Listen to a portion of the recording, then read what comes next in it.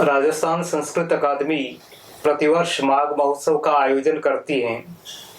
इस वर्ष के माघ महोत्सव के आयोजन में एक महत्वपूर्ण आयाम जोड़ा गया है, वह है आधुनिक संस्कृत साहित्य में आधुनिकता पर चर्चा। इस समय चर्चा में हमारे साथ उपस्थित हैं सुप्रसिद्ध संस्कृत कवि एवं विचारक प्रोफेसर डॉक्टर हर्षदेव माधव जी। माधव जी, आपका इस कार्यक्रम में मैं स्वागत करता हूं। प्रणाम प्रवीण जी। आपको भी प्रणाम। आपसे विषय हमारा जो है कि संस्कृत साहित्य में आधुनिकता, माघ जी एक महत्वपूर्ण बात कहते हैं। रैवतक पर्वत का जो चौथे सर्ग में वर्णन किया है जी, और चौथे सर्ग में वर्णन करते हुए माघ कहते हैं कि क्षणे क्षणे यन नवतम उपैति तदेव रूपम रमणीयताया। वो कहते हैं कि रमणीयता का रूप वही है, यन नवताम उपेति, और वो नवता भी हर क्षण क्षण में जो नयापन पैदा हो। तो यहाँ दो शब्द माघ के हमारे सामने आते हैं, एक है यत और नवताम उपेति। यत के रूप में एक स्थापित है और नवता के रूप में नया आ रहा है। तो ये यत क्या है और ये नवता क्या है, ये हम आपसे जानना चाहेंगे। जी प्रवीण जी, बात ऐसी है कि माघ है वो आधुनिक कवियों का एक आदर्श है जी।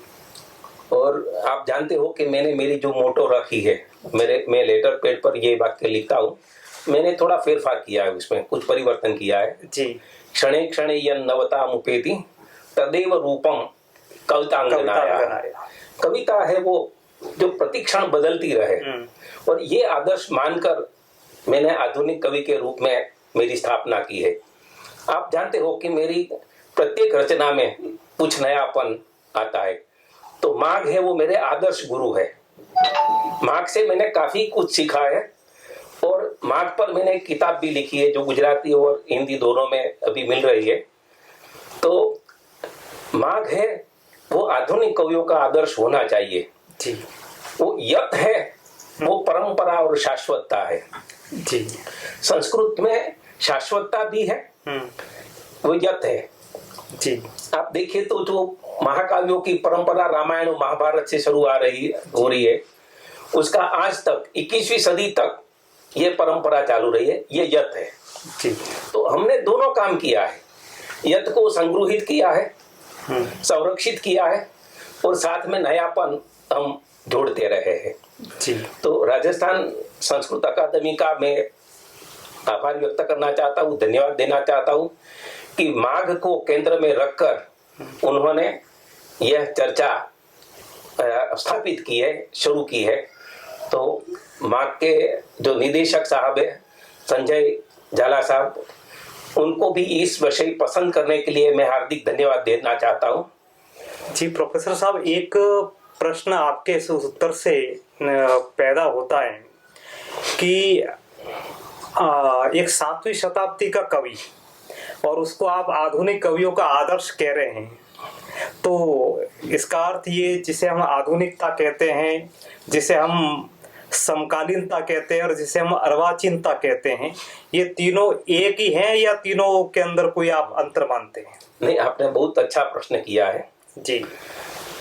अर्वाचीनता, आधुनिकता और समकालीनता, ये तीनों विभिन्न संज्ञाएं है, इसलिए कि साहित्य है वो समकालीन हो सकता है। मेरे समकाल में कई लिखने वाले लोग हैं, मगर कोई भक्ति युग की रचना लिख रहा है, कोई 5वीं 6ठी शताब्दी का जो स्तोत्र साहित्य वो लिख रहा है, तो वो समकालीन तो है मगर वो अर्वाचीन नहीं है।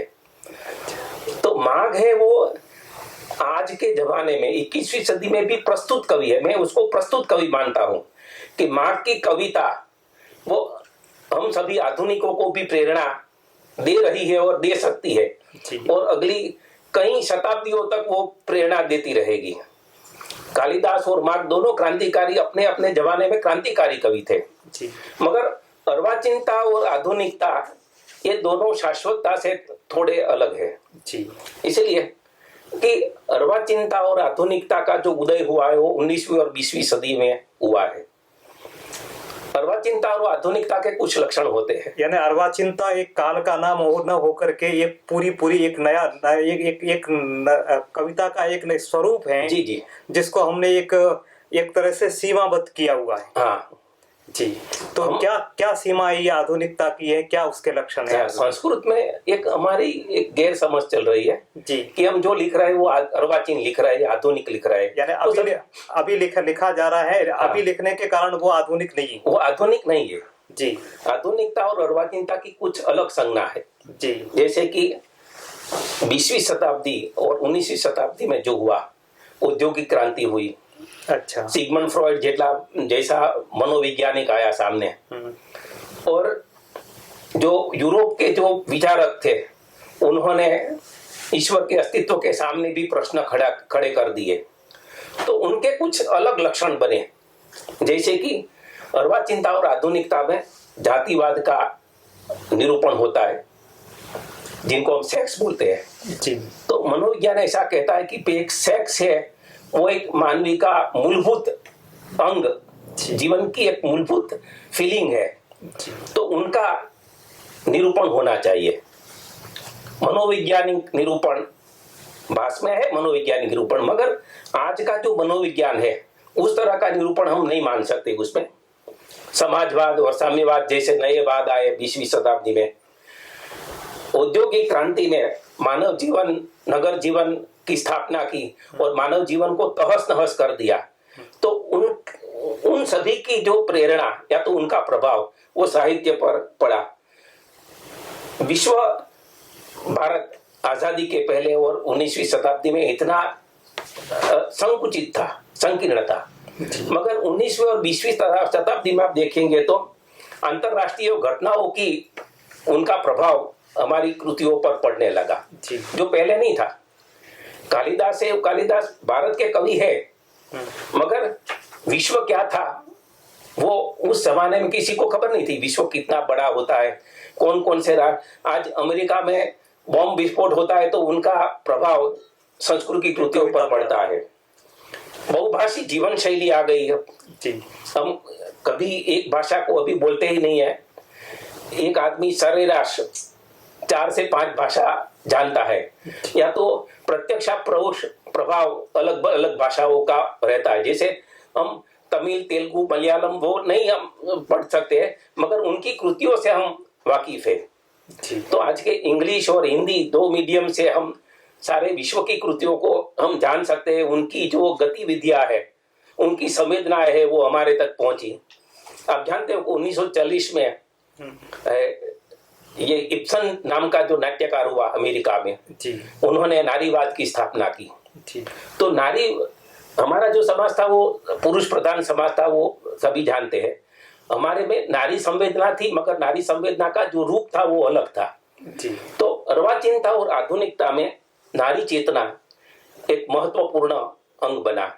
अभिराज राजेंद्र मिश्र जी की कृतियों में आप देखेंगे तो ये नारीवाद दी काफी रचनाएं मिलेगी। मेरी रचनाओं में भी नारीवाद का प्रभाव है। और उनका जो जानकी जीवन महाकाव्य है जी, उसके अंदर सीता एक नए रूप में वह प्रकट होती है। आप जानते हो कि हमारे जो महाकाव्य की जो भाषाएं थी उसमें चतुरोदात नायकम ऐसी बात थी। तो नायिका प्रधान महाकाव्य लिखने लगे लोग, और राजेंद्र मिश्र जी ने तो अपने काव्य शास्त्र में भी महिला प्रधान महाकाव्य की बात की। तो ये 20वीं सदी का प्रभाव है। और काफी वन देवी जैसे ये रामशंकर अवस्थी की कृति आई, वो भी नारीवादी है। ऐसी कई कृतियां, रेवा प्रसाद द्विवेदी जी की भी सीता पर एक कृति है, महाकाव्य है। राष्ट्रवाद, हमारे प्राचीन समय में जो राष्ट्रवाद की अवधारणा थी वो राजा को राष्ट्र मानते थे। राजा का जो राज्य है उनको, हमारे लिए राष्ट्र है वो अभी भारत बन गया है। तो ये सभी रमाकांत शुक्ल जी इसके प्रमुख स्वर है, आप जानते हो। श्रमजीवी वर्ग की कविता आने लगी, जो पहले हमने कभी श्रमजीवी के बारे में सोचा ही नहीं था। क्षमाराव जी ने श्रम गीता लिखी। बाजारवाद अभी जो 20वीं और 21वीं सदी में जो प्रमुख है, जिस पर उत्तर आधुनिकता की नींव रखी है, बाजारवाद। सारी वस्तु है, सारी चीजें है वो बिकाऊ है, जी। सारी वस्तु का मूल्य होता है। मानवी भी अभी कमोडिटी बन गया है जी। जीवन उपयोगी वस्तु बन गया, वो भी बिकाऊ हो सकता है। ये सभी ख्याल साहित्य में नए आए और यही आधुनिकता है। और एक बात रही जी। प्राचीन जो हमारी कविताएं थी, प्राचीन साहित्य था, उसमें वैयक्तिक स्वतंत्रता का या तो वैयक्तिक अभिव्यक्तियों का बहुत अवकाश नहीं था। कहीं कहीं छूट मूट मिलती है, मगर अब व्यक्ति है वो व्यक्ति प्रधान हो गई। जी। और ये यहाँ तक कि अपनी अंतरंग जो अनुभूतियां हैं, अंतरंग अनुभूतियां आने हाँ, लगी, अपने प्रेम की कथाएं आने लगी। जैसे मैं आपको एक रचना सुनाऊं। जी, स्वागत। 20वीं सदी के अंत में सरोगेट मदर का ख्याल आया। अच्छा। कि माँ है वो अपनी कोख बेच सकती है और जिसको कोई बच्चे की जरूरत है उसको वो किराए पर दे सकती है। तो माँ की कोख तक वस्तु बिकाऊ हो गई। जी। अब मैंने ऐसे सोचा कि ये सरोगेट मदर का जो बालक आएगा पृथ्वी पर, जी, वो कौन सी माता को अपनी माता मानेगा? हाँ, जिसकी कोख है उसका, वो बाजारू औरत है जिसने अपनी कोख है वो किराए पर दी है। जी। दूसरी एक औरत है जिसको बच्चा नहीं होता और उसने ले ली है, पैसे से खरीदी है ये बात। जी। तो उस पर मैंने एक गजल लिखी। आधुनिकता यही है जी। कि ये सांप्रत घटनाओं के साथ, सांप्रत संबंधों के साथ कविता का जुड़ाव होता है। 2-3 पंक्ति आपको सुनाता हूँ। जी। नास्ति वात्सल्यम ही माता त्वम नसा, जिसका वात्सल्य होता है वो मेरी माँ तुम नहीं हो। मूर्ति रूपा किंतु श्रद्धा त्वम नसा, तो मूर्ति रूप में तो माँ हो मगर मेरी श्रद्धा नहीं है तेरे में। ये न केनापि यथा त्वम क्रियसे, तो किसी भी वस्तु से, किसी भी द्रव्य से खरीदी जा सकती है। तुम तो विपणो वस्तु पूजा त्वम नसा, तुम पूजा की वस्तु नहीं, तुम तो बिकाऊ वस्तु हो। ये बालक की यही वेदना है। नास्ति बन गया, तुमको बांस नहीं बोल सकता, तू बच्चा को तो पैदा करती हो। नास्ति वासंती लता, तुम वासंती लता भी नहीं हो जिसको पुष्प आते हैं और पुष्प देव मंदिर पर चढ़ाए जाते हैं। देवता पुण्य न लभ्यासा त्वम नसा, तुम पुण्य से खरीदी गई, पुण्य से मिली हुई देवता भी नहीं हो। अपनी माँ है वो देवता होती है, पर जिस माता ने इस तरह जन्म दिया है बच्चे को, वो उसको कैसे देवता मानेगा? तो आप देखिए तो विषयों का नावीन्य, जी, अभिव्यक्तियों की अमर्याद नई नई स्थापनाएं, ये आधुनिकता और अर्वाचीनता के लक्षण है। जी, आपने इस विषय को बहुत अच्छी तरह से स्पष्ट किया कि केवल इस समय जो लिखा जा रहा है और इस समय में होने के कारण वह आधुनिक नहीं हो जाता है। इस समय की चेतना को लेकर के जो प्रकट हो रहा है, हाँ वही है, हाँ वही आधुनिक हो सकता है।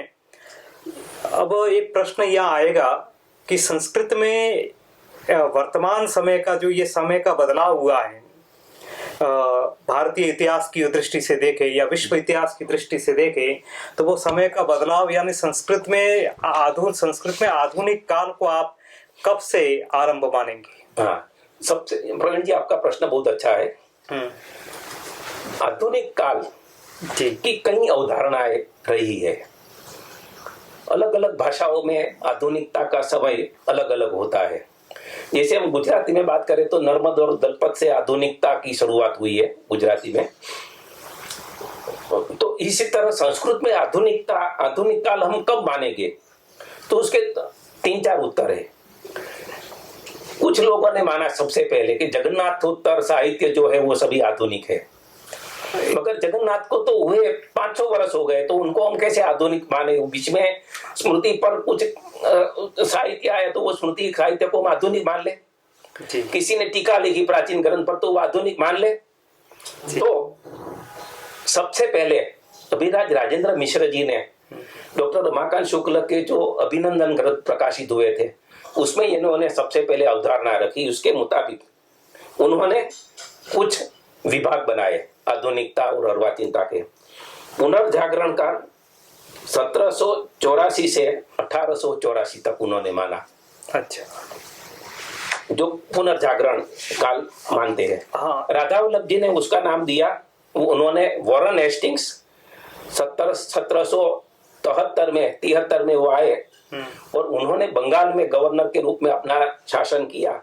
उसी समय से संस्कृत की आधुनिकता शुरू हुई, ऐसा राधा वल्लभ जी का मानना है। यानी राधा वल्लभ जी संभवतः ये कह रहे हैं कि वॉरेन हेस्टिंग जो भाई भारत में आए जी, और उसका प्रभाव संस्कृत के पंडितों ने उनको जिस रूप में लिया जी, और जो परिवर्तन आया वह से संस्कृत में एक नया बदलाव आता बिल्कुल, है बिल्कुल। और वहां से संस्कृत की आधुनिकता आरंभ होती है। हाँ, वॉरेन हेस्टिंग्स संस्कृत को बहुत महत्व देते थे जी, ऐसा राधा वल्लभ जी ने अपने इतिहास में भी लिखा है कि वॉरेन हेस्टिंग के समय में कोलकाता की जो अदालतें थी वहां भी संस्कृत में एक केस चल रहे थे और वॉरेन हेस्टिंग्स ने भी कुछ विद्वानों को प्रेरणा देकर नया साहित्य लिखवाया और विद्वानों ने उनका आभार मानते हुए अंग्रेज शासन पर भी कुछ कृतियां लिखी।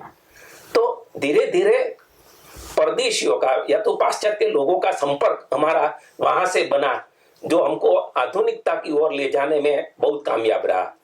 मोनियर विलियम्स, ये सभी नाम आप जानते हो। शाकुंतल का अनुवाद हुआ और हमारी कृतियां वो विदेशों में जाने लगी। तो आधुनिकता का तो यही अर्थ है कि धीरे धीरे विश्वम एकम नीडम भवति, आधुनिकता ने ये काम किया। जी, आपका आधुनिकता का जो कालखंड आप जो बता रहे हैं, तो आधुनिकता जब वॉरेन हेस्टिंग से शुरू होती है जी, या अभिराज जी के मत से, तो उससे लेकर के आधुनिकता के आज तक क्या क्या पड़ाव हम मान सकते हैं कि यहाँ आकर के हमारी जो संस्कृत साहित्य की आधुनिकता के अंदर एक नया परिवर्तन आता है, जी, जी, वो हम क्या मान सकते हैं? अच्छा, मैंने आपको जिस तरह बताया सर जी, कि पुनर्जागरणकार है, उसमें ब्रिटिश प्रभाव, संस्कृत में धर्मशास्त्र का प्रणयन, नए धर्मशास्त्र आने लगे जी, अंग्रेजी विद्वानों के प्रति आदर, परंपरा पोषकता, संस्कृत के सिहरे हुए प्रवाह को फिर से प्रवाहित करने की चेष्टाएं, ये सभी पुनर्जागरण काल के लक्षण थे। और राजस्थान के ही महाकवि अंबिका दत्त व्यास ने जो शिवराज विजय लिखा, वो भी आधुनिकता का एक पड़ाव है। भट्ट मथुराना शास्त्री ने जयपुर वैभवम, आप जानते हो कि जयपुर है वो छोटी काशी है, तो कुछ पड़ाव वहां से भी नए शुरू हुए। और भट्ट मथुराना शास्त्री के बारे में तो ये कहा जाता है कि एक मतलब जो 19वीं शताब्दी के अंदर सबसे अधिक जिन्होंने नई विधाओं का प्रणयन किया, हाँ, यही आधुनिकता है जी। हमारे प्राचीन पंडित क्या है कि महाकाव्य, खंड काव्य या तो कथा आख्यायिका लिख कर वो संतोष मान लेते थे जी। आज के लोग, आज के सर्जक वो संतोष मानने वाला नहीं है। आज एक नई विधा आई तो दूसरे दिन संस्कृत में भी नई विधा आ जाएगी। जैसे व्हाट्सएप पर महाकाव्य, व्हाट्सएप पर कविताएं लिखी जा रही है, फेसबुक पर कविता लिखी जा रही है, तो ये व्हाट्सएप काव्य क्या है? व्हाट्सएप पर ऋषिराज जानी ने एक अपने बहुत अच्छा कहानी लिखी, तो ये आधुनिकता है सर जी। और उसके बाद स्थापना काल आता है सर। अच्छा, 1884 से 1950 तक का जो समय माना है मिश्र जी ने, वो उसको स्थापना काल कहते हैं, जिसमें संस्कृत को धीरे धीरे पुनः स्थापना हम कर रहे हैं। संस्कृत जो पिछड़ी हुई थी या तो उपेक्षित थी, उनके प्रति धीरे धीरे लोगों का ध्यान जाने लगा। छंदों की जड़ता कम होने लगी, गीति काव्य लिखे जाने लगे, नई साहित्य विधाओं का प्रवेश हुआ साहित्य में। जो बाण, दंडी और सुबंधु का जो गद्य था, वो गद्य से हटकर हम सरलता की ओर जाने लगे। उपन्यास, गजल, गीति, सोनेट, यात्रा वृत्त, कथानिका, रेडियो नाटक, ये सभी 1950 तक की हमारी उपलब्धियां है। और साथ में गांधी युग का प्रभाव। जी, एक प्रश्न आपके गांधी युग के प्रभाव से पहले पूछना चाहूंगा जी। 1950 तक का हमारा जो साहित्य लिखा गया जी, इसमें एक बहुत 1950 यानी हम एक स्वतंत्रता आंदोलन से देश गुजरता है। क्या संस्कृत के कवियों ने, पंडितों ने संस्कृत जो देश की आजादी के लिए जो संग्राम हो रहा था उसको लेकर के भी अपनी कविता में अभिव्यक्ति दी है, या उस कविता के कारण समाज के अंदर कोई एक भाव जागरण हुआ है? आजादी के आंदोलन में संस्कृत का जो समकालीनता है, उसकी आधुनिकता है, उसको आप किस रूप में देखते हैं? संस्कृत में शुरुआत में जी अंग्रेजों के प्रति आदर था, मगर धीरे धीरे 19वीं सदी और 20वीं सदी की शुरुआत में जो संस्कृत पंडितों का जो व्यामोह था वो दूर हो गया। और उस काल में कई कवियों ने अपनी निर्भय नाम के कवि है, वो प्रसिद्ध है, जिन्होंने आजादी पर गीत लिखे। और पंजर बद्दशु कह, वो भी प्रसिद्ध कविता है, अप्पा शास्त्री का। तो उन्होंने सबसे पहले अंग्रेज शासन के सामने आवाज उठाई। महर्षि अरविंद जो पिछली सालों में वो योगीराज हो गए, उन्होंने भी भवानी भारती का प्रणयन किया। और बंगाल में भी काफी लोगों ने संस्कृत में गांधीवाद का प्रभाव अपने साहित्य पर लिया और नई कृतियां लिखी। क्षमा राव तो गांधी जी के समकालीन ही थी और संभव तो उनसे उनका सीधा परिचय भी था जी। और उन्होंने गांधी जी के पूरे मतलब दृष्टिकोण को लेकर के अपना साहित्य लिखा है जी। ये भगवदाचार्य को भी आप याद कर सकते हो, या जिन्होंने गांधी जी के जीवन पर 3 खंडों में महाकाव्य की रचना की। तो गांधी युग का प्रभाव, गांधी युग की सादगी जो जिसका आपने अनुवाद किया है, वो काव्य शास्त्र पर भी प्रभाव उनका पड़ा। जो सत्यालोक जो आपने अनुवाद किया है परमानंद शर्मा का, हाँ जी। तो संस्कृत का काव्य शास्त्र भी बदल गया, कृतियों का लेखन भी बदल गया। ये गांधी युग का प्रभाव था। और सरलता, गांधी जी वो सरलता में मानते थे जी। तो सरलता है वो गांधी युग के प्रभाव से भी संस्कृत में आई है। 1950 के बाद का जो साहित्य है, उस साहित्य में संस्कृत और अधिक अच्छा करती है कि या 1950 के बाद में देश की जो आर्थिक प्रगति होती है, उस प्रगति में संस्कृत को एक तरफ रख दिया जाता है, या संस्कृत में लेखन कम हो गया है? कि इस बारे में आपकी क्या मान्यता है? नहीं, आप जो कह रहे हैं वो बिल्कुल ऐसा नहीं है। कुछ हद तक मैकॉले की जो शिक्षा नीति थी उसका प्रभाव संस्कृत पर पड़ा और संस्कृत थोड़ी उपेक्षित होने लगी। मगर भारत की सरकार ने आजादी के बाद संस्कृत को काफी बढ़ावा दिया। सुनीति कुमार चटर्जी ने एक संस्कृत कमीशन सबसे पहले बनाया था, संस्कृत का विकास कैसे हो। राजेंद्र बाबू ने भी संस्कृत की जिक्र किया और संस्कृत को बढ़ावा देने की बात की, जो हमारे राष्ट्रपति थे। तो राजेंद्र मिश्र जी उसको नाम देते हैं समृद्धि काल। अच्छा। 1950 से, मैं ऐसा मानता हूँ, मेरी ऐसी अवधारणा है कि 1950 से 1985 तक मैं उसको समृद्धि काल मानता हूँ।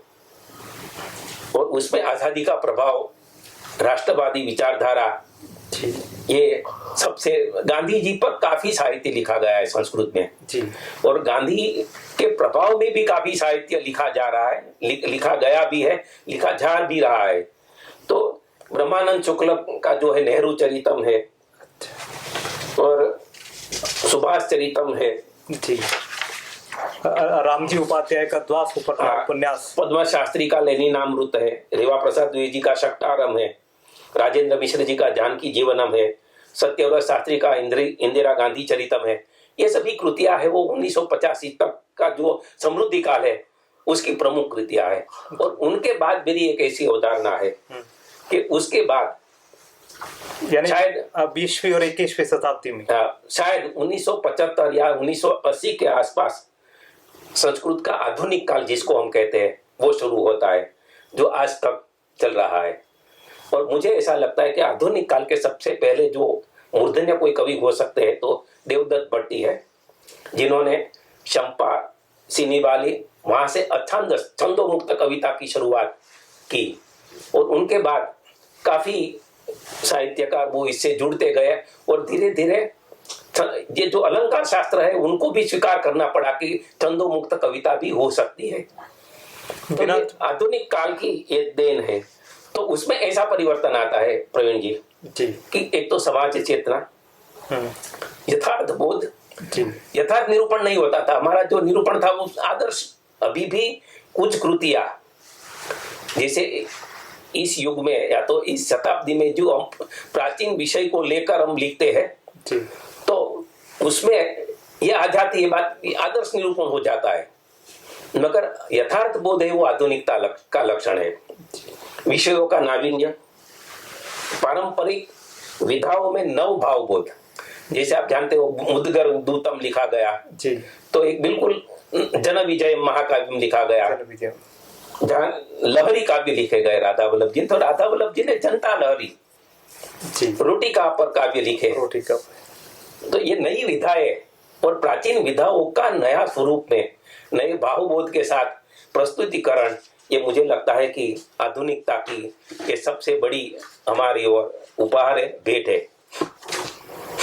अच्छा, इसका मतलब अभी 21वीं शताब्दी में हम देखें तो क्या 21वीं शताब्दी में भी संस्कृत में उतना प्रणयन, उतनी रचनाएं हो रही हैं, या उनकी रचनाएं कोई आप और राधा वल्लभ जी, रेवा प्रसाद जी ऐसे 2-4 नाम जिनको गिनाया जा सकता है, उतने ही लेखक हैं?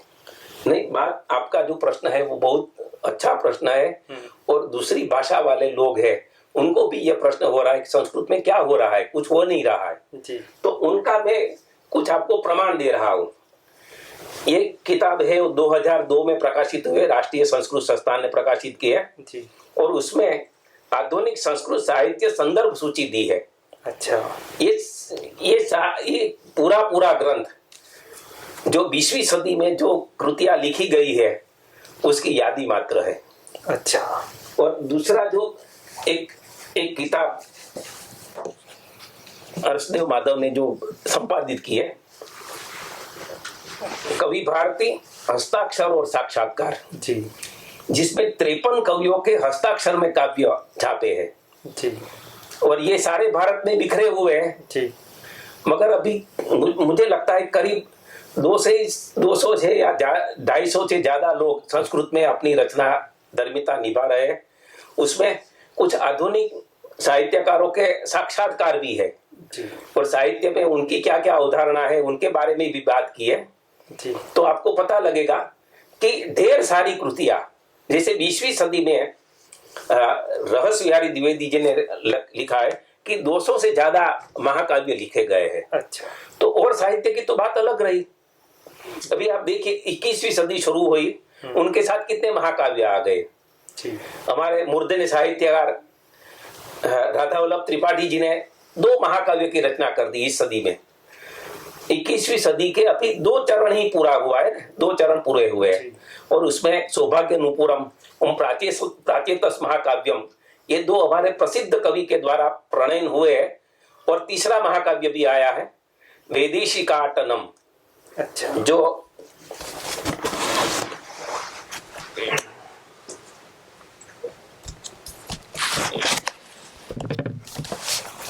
हमारे प्रिय मित्र हरिदत्त शर्मा ने प्रणयन किया, जिन्होंने 12 देशों में अपनी यात्रा करके ये कृति का सर्जन किया है। तो आप देखें तो संस्कृत किस तरह अंतरराष्ट्रीय बन रही है। जी, एक और महाकाव्य लिखे जा रहे, महाकाव्य में भी नए भाव बोध आ रहे हैं। जी, राधा वल्लभ जी की तो ये बृहत काय महाकाव्य है। करीबन 40 सर्ग हैं। उन्होंने सारे भारतवर्ष की जो बातें हैं वो समेटी है उसमें। तो एक संस्कृत में ही ये चमत्कार हो सकते हैं और कोई भाषा में महाकाव्य नहीं लिखे जा रहे हैं। अच्छा, आपकी बात में एक और मैं जोड़ना चाहूंगा, रेवा प्रसाद द्विवेदी जी का स्वातंत्र्य संभव और जो हमारे जो बृहत त्रयी कही जाती है, उस बृहत त्रयी से भी तीनों को मिलाकर के भी बड़ा है। तीनों बृहत त्रयी के महाकाव्य हैं, उनको मिलाकर के 5,500 श्लोक होते हैं। बिल्कुल, उसमें 6,000 श्लोक लिखे गए हैं और अन्ना हजारे के आंदोलन तक वो लिखा है और नरेंद्र मोदी के निर्वाचन तक, उनकी शपथ ले नमो निर्वाचन मोदी विजय काव्यम लिखा गया। हाँ, वो उसी के अंगभूत। तो भारत का पूरा इतिहास वो इस एक समेटे हुए एक बहुत बड़ा काम है, एक ऐतिहासिक कार्य कर रहे हैं ये संस्कृत के जो विद्वान है वो सभी जी।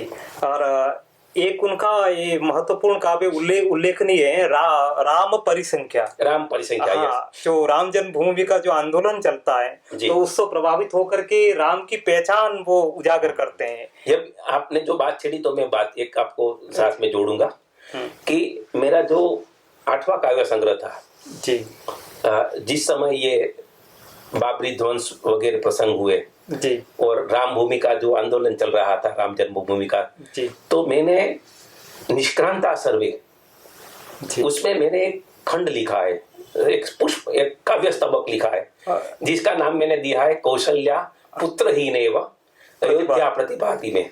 जब राम चले जाते हैं तब दशरथ कहते हैं कि ये अयोध्या कैसी लगती है, जैसे कौशल्या है वो पुत्रहीन हो, ऐसी अयोध्या लिख रही है। तो वो रामायण का संदर्भ मुझे वहां से मिला, और जिस समय हत्याकांड हुआ था अयोध्या में, उसकी सारी उसमें अवधारण कविताएं है। तो इस तरह की रचनाएं सामने आ रही है सर जी।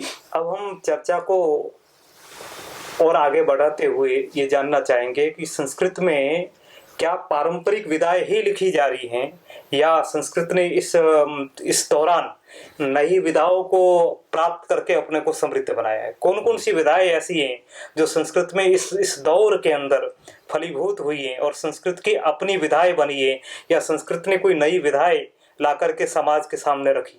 अच्छा, आपका प्रश्न बहुत अच्छा है। संस्कृत में अभी 5 पीढ़ी काम कर रही है। एक अति वृद्ध पंक्ति है जो रमाकांत शुक्ल जी ने यह अवधारणा की है, जिसमें रेवा प्रसाद जी, सत्यव्रत शास्त्री जी आते हैं। तो एक अति वृद्ध पंक्ति है। दूसरी है, जब ये लिखा गया था तब हम लोग युवान थे, अभी हम वृद्ध हो गए हैं। मैं, राधा वल्लभ जी, राजेंद्र मिश्र जी। तो एक वृद्ध पंक्ति है जो निरंतर लिखे जा रहे हैं ये लोग, और अपनी आधुनिकता का भी वो प्रमाण देते रहे। तीसरी है वो प्रौढ़ पंक्ति है जो जिसमें आप लोग आते हैं, और फिर युवा पंक्ति है, और इसके साथ बाल पंक्ति जुड़ी है जी। संपदानंद मिश्र जी ने बाल साहित्य परिषद की स्थापना की जी। तो बच्चों को भी पुरस्कार ये देना शुरू हुआ, तो अभी बच्चे भी संस्कृत में लिख रहे हैं। तो एक साथ 5 पीढ़ी ये काम कर रही है। और आपने जो कही कि नई विधाएं क्या होती, जैसे मैं आपको कहूं कि मैं कृतियों का भी परिचय देना चाहता हूं आपको। जी जी, स्वागत। पिछले 5 वर्षों में जो की कृतियां प्रकाशित हुई है उसमें क्या नयापन है जी। नारायण दास हमारे सबसे फर्टाइल लेखक है, जिन्होंने गद्य में अपना एक सिक्का बना दिया है। श्रावण से प्रथम दिवसे जी, और नरेंद्रपुरीयम रेल स्थानकम, रेल स्थानक, ये सारी कथाएं वो भूत कथाएं हैं, हॉरर स्टोरीज। उनका एक और संग्रह है जिसका नाम है हत्याकारी कह, जिसमें डिटेक्टिव कहानियां लिखी है उसने।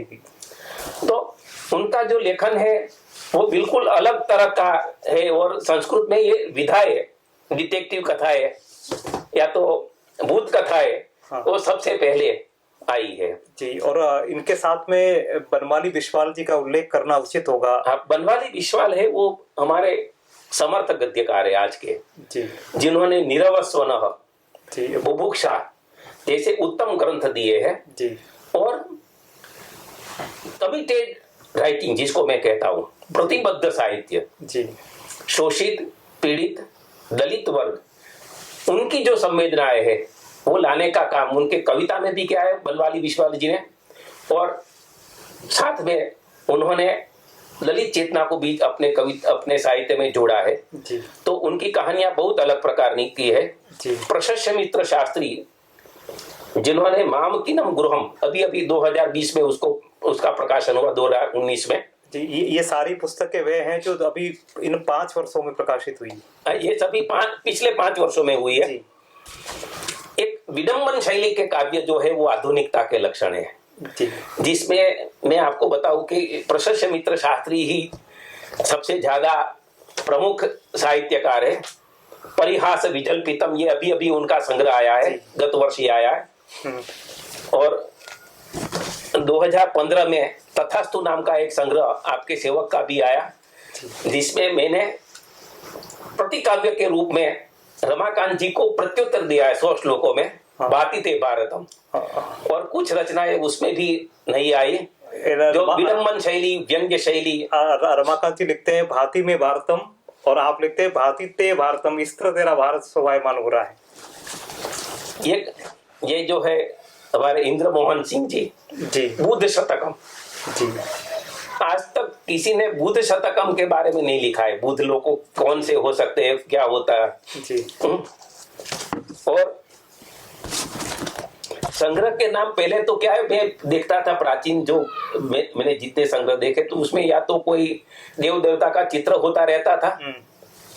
तो ये एक नया साहित्यकार है जिसका नाम है कौशल तिवारी। गोली का गोली पिस्तौल की जो गोली है उसको अपने काव्य संग्रह के शीर्षक में रखा है। आपका ज्योतिर्ज्वालनम, उद्बाहु वामनता, ये सभी शीर्षक प्राचीन संग्रहों के नहीं हो सकते। उसमें तो रामचरितम, ओम साकेत चरितम ऐसा हो सकता है। आधुनिकता यही है। ये शाली विधि अभी 2020 में प्रभुनाथ द्विवेदी जी जिनको साहित्य अकेडमी का अवार्ड मिल गया है, उनका 5 संग्रह अभी तक उनके प्रकाशित हो गए हैं। एक महत्वपूर्ण साहित्यकार अभी नए उभरे हैं। वैसे वो प्रौढ़ विवेचक के रूप में संस्कृत में जाने जाते थे जी, लेकिन एक कवि के रूप में कवि के रूप में संस्कृत में अभी भी उनकी स्थापना हुई। उनके 11 काव्य संग्रह तो उड़िया भाषा में प्रकाशित हो गए, मगर ये 2 किताबें नेत्र प्रांते निष्पंद समय और तव जवाधर मनमय रेखासु, ये दोनों किताबें उत्तर आधुनिकता पोस्ट मॉडर्निज्म की कविताएं है।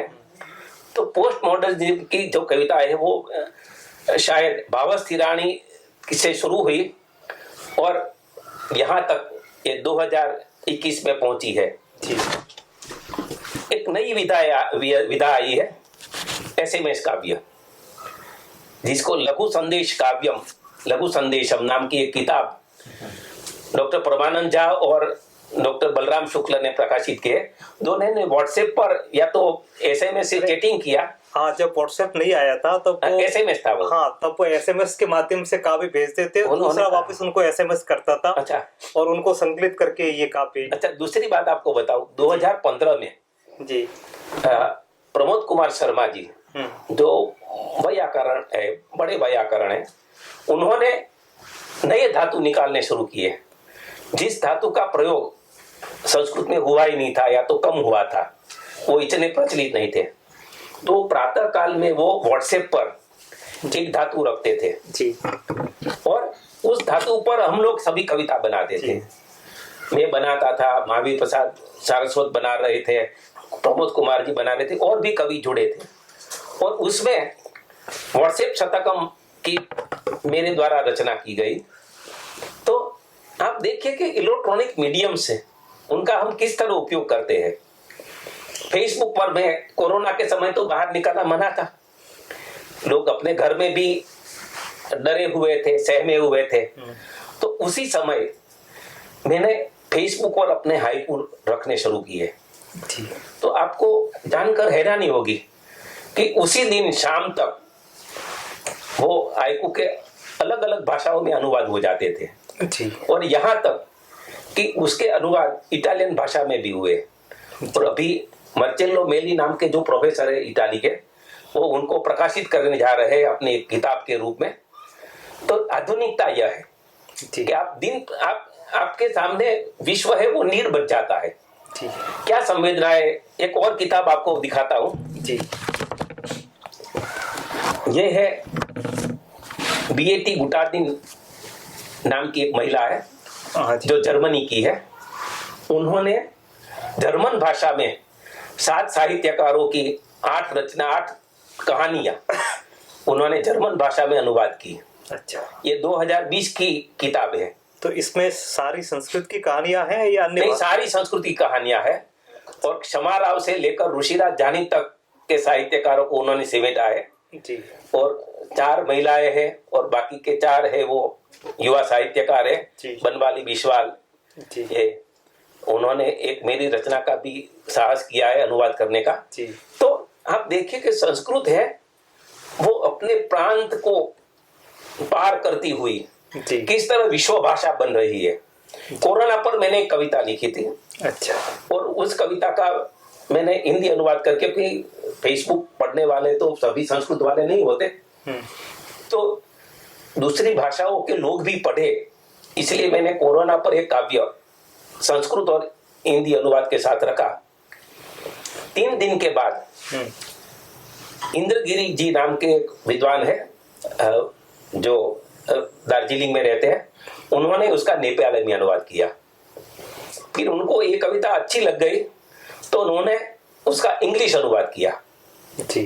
और 1 महीने के बाद वो इंग्लिश अनुवाद किसी के हाथ लग गया और रशियन भाषा में अनुवाद हो गया। और एक बहुत बड़ा विषय जो आपने संक्षेप में प्रस्तुत किया, इसके लिए आपका बहुत बहुत धन्यवाद। मित्रों, जब संस्कृत साहित्य की बात करते हैं तो एक बात मेरे दिमाग में कौंधती है। भारतीय संविधान में जिन भारतीय भाषाओं का उल्लेख है उनमें संस्कृत के अतिरिक्त कोई दूसरी भाषा है क्या जिसे संस्कृत के कवि के नाते, उस भाषा के संस्कृत के कवि के नाते पूरा भारत अपना कवि माने? कोई तमिल में लिखेगा तो तमिल का कवि कहलाएगा, उस प्रांत का कवि कहलाएगा। गुजराती गुजराती का कवि कहलाएगा, उस प्रांत का कवि कहलाएगा। संस्कृत का कवि किस प्रांत का कवि है? वो पूरे भारत का कवि है। ये केवल संस्कृत के साथ संभव है सारी भाषाओं में कि संस्कृत में लिखने वाला अखिल भारतीय लेखक होता है। वो न गुजरात का है, न तमिलनाडु का है, न कश्मीर का है, न केरल का है। दूसरी बात, साहित्य की बात करें तो संस्कृत में कुछ और ऐसी चीज मिलेगी जो और किसी भाषा में शायद न मिले। हम गणित की रचना भी पद्य में करते हैं, लीलावती। अब गणित तो विज्ञान है भाई, विज्ञान को तो कम से कम पद्य से बचाओ। नहीं, ये देश इतना कविता में डूबा हुआ है कि गणित पर भी लिखेगा तो कविता में लिखेगा, ज्योतिष पर लिखेगा तो कविता में लिखेगा, आयुर्वेद पर लिखेगा तो कविता में लिखेगा। शायद ये संसार की किसी भाषा में मेडिकल साइंस कविता में लिखी गई हो, नहीं मिलेगा। ये संस्कृत भाषा की शक्ति है। जो भाषा गणित पर कविता बना सकती है, आयुर्वेद पर कविता बना सकती है, वो किस भाषा पर कविता नहीं बना सकती? आधुनिक विषय, अभी हर्षदेव माधव जी ने आधुनिकता की बहुत सारी बातें की। सामाजिक चेतना, यथार्थ बोध, बाजारवाद, दलित, आदिवासी, यहां तक कि कोरोना, और सब विषयों पर उन्होंने संस्कृत में जितना विपुल लिखा गया है, मुझे संदेह है कि शायद किसी भारत की किसी दूसरी भाषा में लिखा गया जितनी बड़ी मात्रा में कोरोना पर लिखा गया आज के दिन संस्कृत में। हर्षदेव माधव जी को मैं बधाई देता हूं, वो आधुनिक संस्कृत साहित्य के विश्वकोश हैं, ढेर लिए बैठे हैं किताबों का, और एक के बाद एक नारी सशक्तिकरण, यथार्थ बोध, सामाजिक चेतना। गांधी तो अब आधुनिकता की दृष्टि से अपन मान लेंगे पुराने हो गए।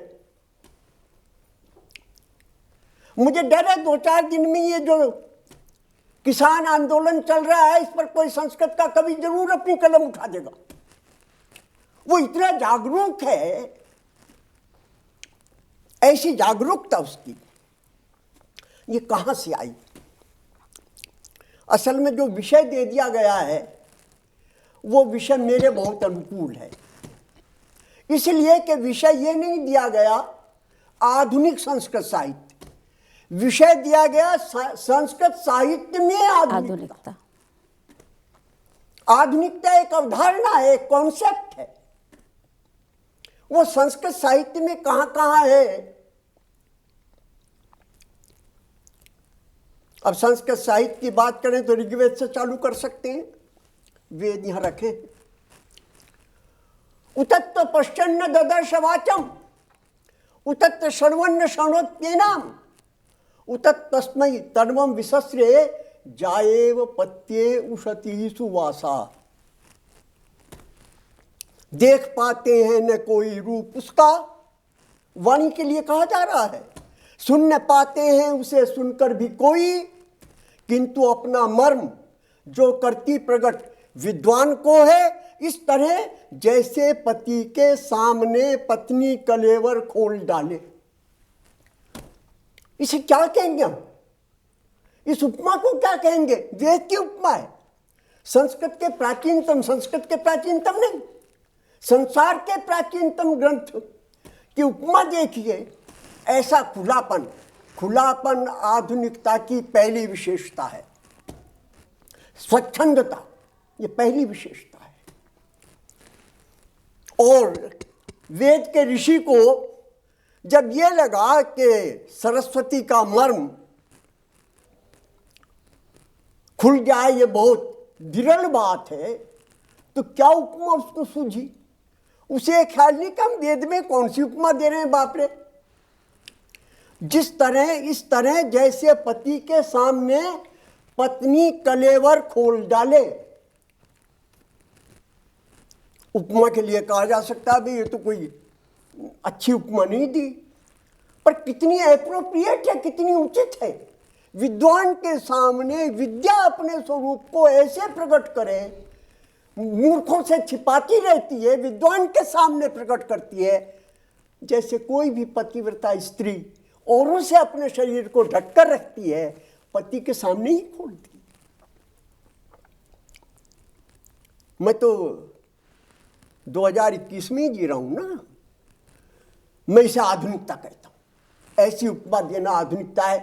पुराणपंथी को ये उपमा नहीं सूझेगी भी नहीं, इसे एप्रिशिएट भी नहीं करेगा कि ये क्या उपमा दे रहे हो यार तुम, बेहूदी उपमा।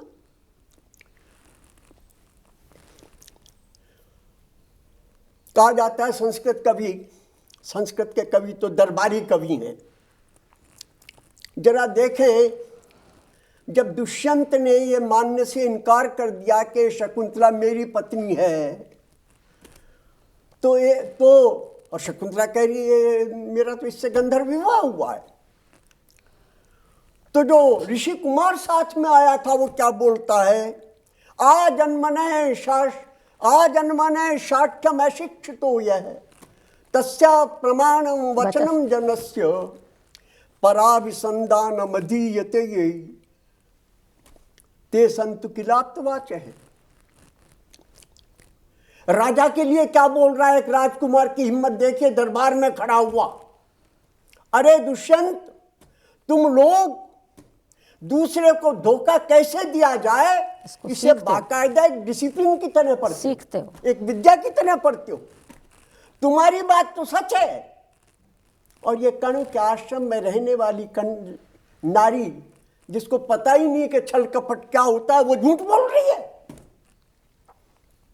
जिसने न सीखी जन्म से धोखाधड़ी, वह झूठ बोलेगी यहां बेबस खड़ी। और वे राजा बनेंगे सत्य के अवतार, शास्त्रवत जो सीखते छल छद्म का व्यापार। विद्या ओहो, क्या व्यंग मारा है राजा पर। तुम्हारे तो ये सिलेबस का हिस्सा है कि दूसरे को धोखा कैसे दिया जाए पढ़ाते समय। तुम्हारे वचन को, इसे मैं आधुनिकता कहता हूं। एक आदमी चैलेंज कर सके राजा को, और चैलेंज करने के साथ ये बात कह सके कि तुम सच बोलने वाले, तुम्हें क्या पढ़ाया गया है? कूटनीति चाणक्य की, धोखा कैसे दिया जाए ये पढ़ाया गया है। तुम्हारा कौन विश्वास करेगा? राजा को उसके दरबार में एक निरीह सन्यासी, निरीह बटुक ये कह दे, मैं कह ही रहा हूं कि गलती से सही पर शीर्षक ठीक रख दिया गया है विषय का। संस्कृत साहित्य में आधुनिकता विषय है। ये लोकतंत्र का मानदंड है। छोटा से छोटा आदमी बड़े से बड़े की सत्ता को चुनौती दे सकता है। यही तो प्रजातंत्र है, यही तो लोकतंत्र है।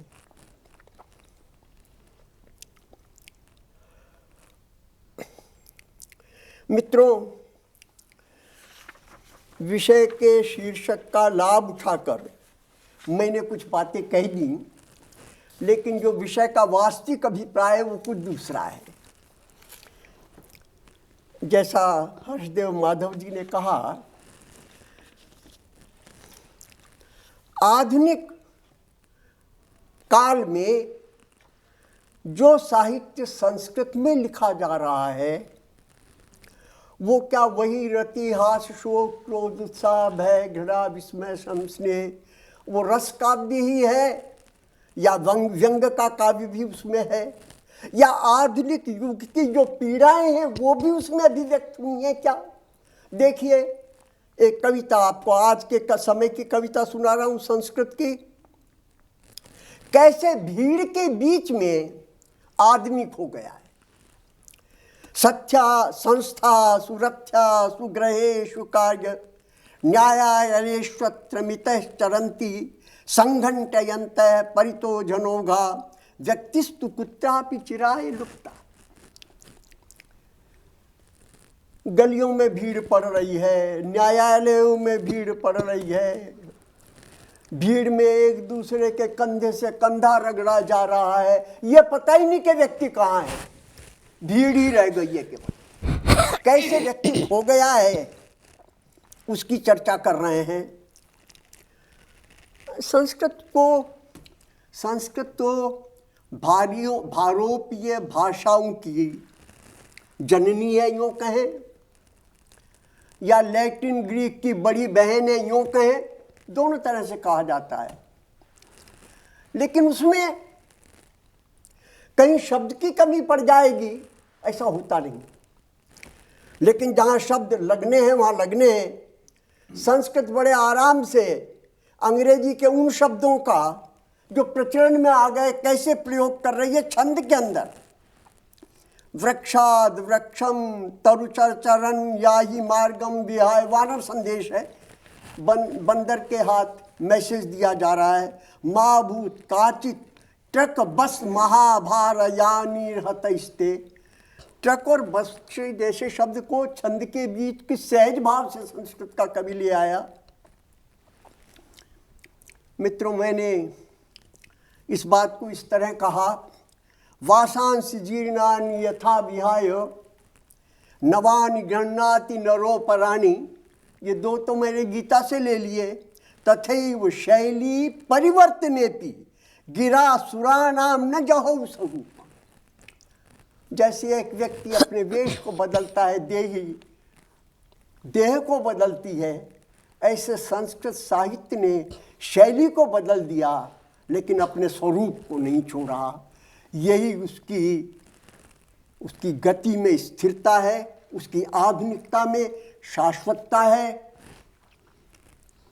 साहित्य चले जाएंगे। अंग्रेजी के साहित्य में चौसर को कौन पढ़ रहा है आज?